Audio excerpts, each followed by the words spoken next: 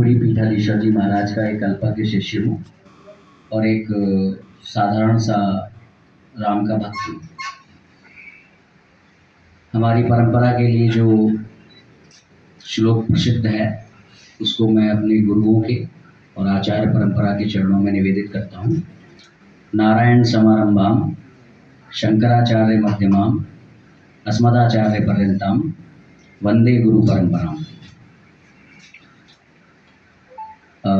अनादिकाल से लेकर के और अभी तक जो हमें वैदिक धर्म प्राप्त है उसको कल्प के प्रारंभ में भगवान नारायण सर्वप्रथम ब्रह्मा जी को विद्या के रूप में प्रदान करते हैं, जिसे हम वैदिक मांगमय कहते हैं।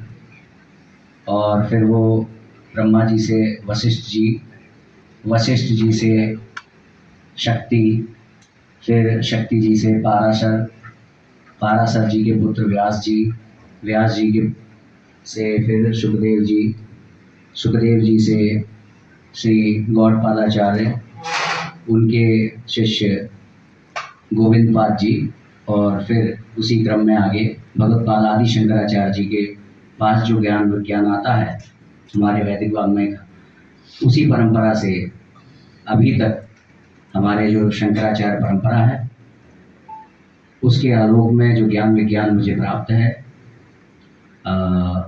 भगवान के अवतार के समर्थन में, उसी को मैं आज यहाँ पुष्ट करने का, प्रस्तुत करने का प्रयास करने वाला हूँ। तो बस इतना ही मेरा परिचय है।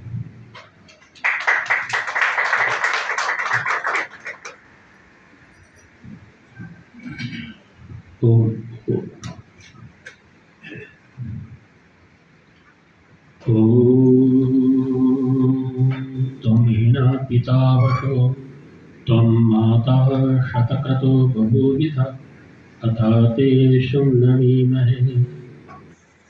सर्वेभ्यो नमः। इस भौतिक जो कार्यक्रम आप सबों ने रखा है ये स्तुत्य है और ऐसा होना चाहिए। मेरा नाम वैसे सदानंद है। शास्त्री और आचार्य मैंने जो किया तो आचार्यों ने मुझे आचार्य सदानंद शास्त्री के नाम से पुकारा और यह नाम मेरा विख्यात हो गया। शास्त्री मैंने संस्कृत साहित्य की और आचार्य ही मैंने संस्कृत साहित्य किया। बाद में मैं वेद से आचार्य भी किया। मैं गुरुकुल वैरगनिया जो सीतामढ़ी के अंतर्गत आता है वहाँ का यह स्नातकोत्तर छात्र रहा हूँ। कामेश्वर सिंह दरभंगा विश्वविद्यालय से प्रतिष्ठित हूँ और बहुत काल तक मैं शिक्षण कार्य में ही रहा, आचार्य के पद पर वैरगनिया में।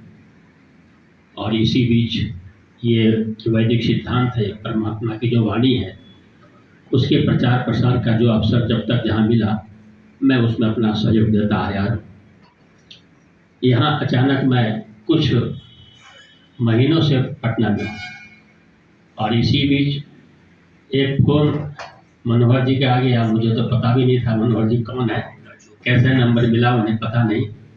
पहली बात उठाए तो नहीं हुआ, बाद में फिर दूसरी बार उन्होंने फ़ोन किया, बातचीत हुई और इन्होंने एक विषय रखा कि आचार्य जी एक विषय मेरा है, ईश्वर, क्या ईश्वर अवतार ले सकता है? ईश्वर संवाद की व्यवस्था की गई है।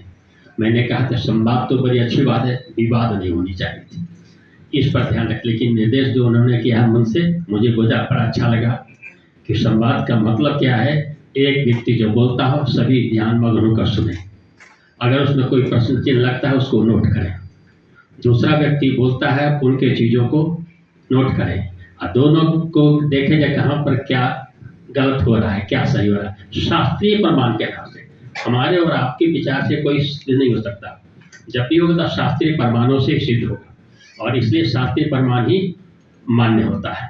तो बहुत अच्छी बात है। ये छोटा सा मेरा परिचय है और आगे इस कार्यक्रम को बढ़ाया जाए। धन्यवाद जी, बहुत बहुत आभार आपका शास्त्री जी।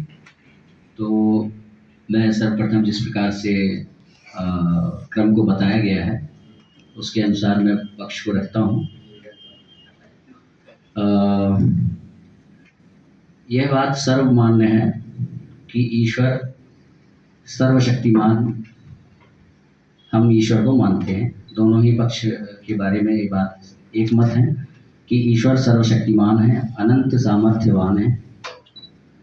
फिर सर्वशक्तिमान और अनंत सामर्थ्यवान जब ईश्वर है तो फिर उसके अवतार लेने में बाधा क्यों मानते हैं लोग, और फिर वो अवतार क्यों नहीं ले सकता? इस पर यही मेरा जो पक्ष है सर्वप्रथम, क्योंकि ईश्वर